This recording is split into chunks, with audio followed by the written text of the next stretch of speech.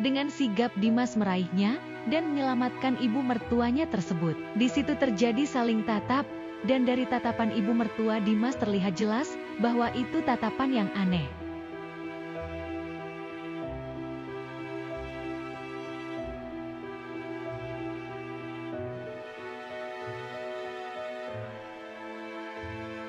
Masih dalam kondisi hening, Dimas tiba-tiba saja mencium bibir ibu mertuanya, dan ternyata ibu mertuanya juga membalas ciuman si Dimas. Hingga pada akhirnya kejadian tersebut berlanjut di kamar ibu mertuanya. Awalnya, hidup Dimas terasa seperti mimpi indah. 8 bulan yang lalu, ia menikahi perempuan yang ia cintai, Sinta. Wajahnya selalu berseri, rumah tangganya penuh tawa, dan semua orang memuji betapa cocok mereka berdua. Tapi kebahagiaan itu tak bertahan lama. Suatu pagi, Dimas pulang lebih cepat dari biasanya. Senyumnya hilang, digantikan wajah pucat dan tatapan kosong. Ia baru saja menerima surat pemutusan hubungan kerja PHK. Perusahaan tempatnya bekerja selama 5 tahun bangkrut, dan Dimas kini tak punya penghasilan. Awalnya Sinta mencoba menguatkannya. "Gak apa-apa, Mas. Kita bisa cari jalan bareng-bareng. Aku tetap sayang Mas kok," katanya sambil menggenggam tangan Dimas. Namun perlahan segalanya berubah. Biaya rumah tangga mulai menumpuk, tabungan makin menipis.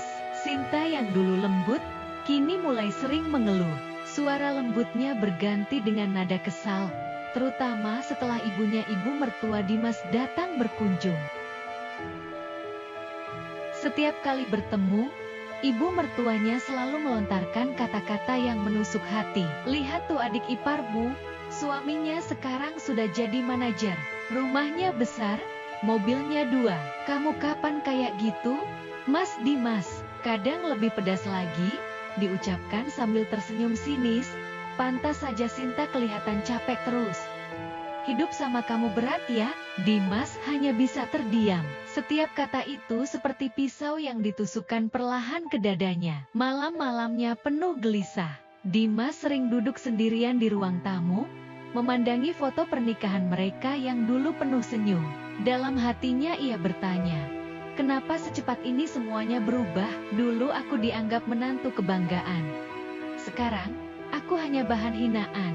Hari demi hari berlalu, dan perlakuan ibu mertuanya semakin membuatnya merasa kecil.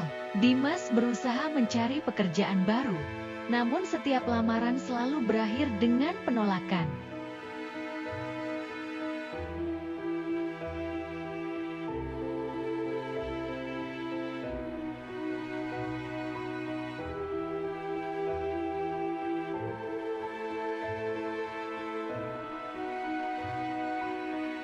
Meski begitu, di dalam hatinya, Dimas berjanji pada dirinya sendiri, "Suatu hari aku akan bangkit, bukan untuk membuktikan pada ibu mertua, tapi demi diriku sendiri dan demi Sinta.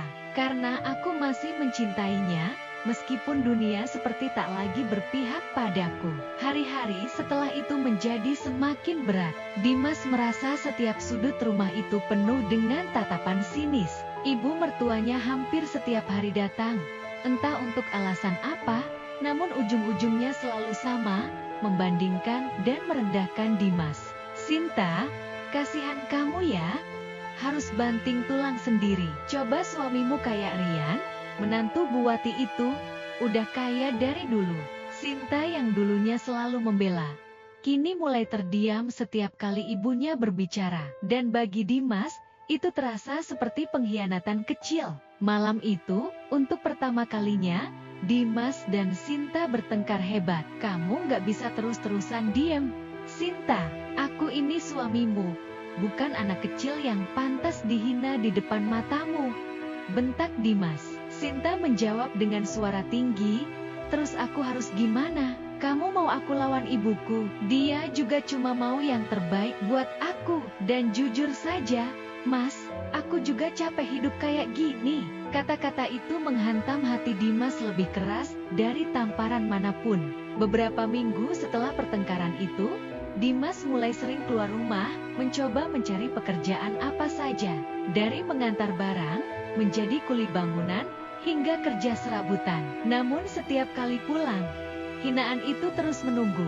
Ibu mertuanya semakin menjadi-jadi. Ah, kerja kayak gitu mana bisa bikin hidup enak? Percuma, Sinta, kamu cantik-cantik, dapat suami begini. Hati Dimas perlahan membeku. Suatu malam, setelah Sinta tertidur, Dimas duduk di teras. Dia menatap langit gelap, matanya basah. Dalam hatinya hanya ada satu kalimat. Mungkin aku harus pergi. Pergi bukan karena menyerah, tapi karena ingin menyelamatkan harga dirinya yang tersisa.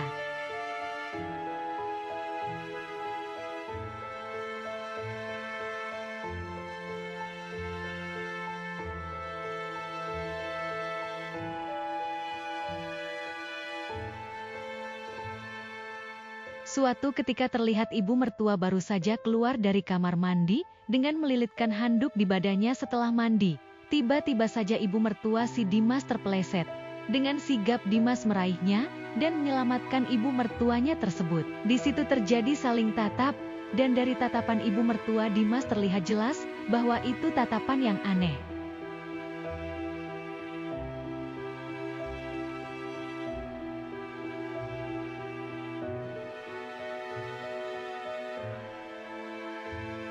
Masih dalam kondisi hening, Dimas tiba-tiba saja mencium bibir ibu mertuanya, dan ternyata ibu mertuanya juga membalas ciuman si Dimas. Hingga pada akhirnya kejadian tersebut berlanjut di kamar ibu mertuanya. Beberapa waktu berlalu setelah kejadian itu, ibu mertuanya Dimas kini nampak tidak lagi memarahinya, tidak lagi menghinanya, dan kejadian yang berlangsung di kamar ibu mertuanya Dimas pun kerap terulang sering sekali, hingga pada suatu waktu perlakuan bejat mereka berdua ketahuan oleh istri si Dimas.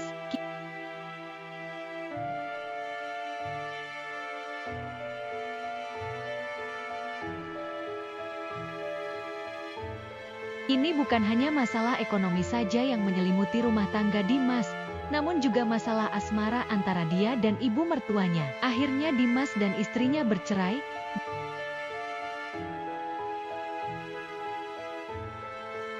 Dimas memilih keluar dari rumah itu dan melanjutkan hubungan asmaranya dengan mantan ibu mertuanya. Dan ternyata dulu sebelum Dimas bertemu dengan mantan istrinya diketahui bahwa dia dan ibu mertuanya sempat menjalin hubungan asmara.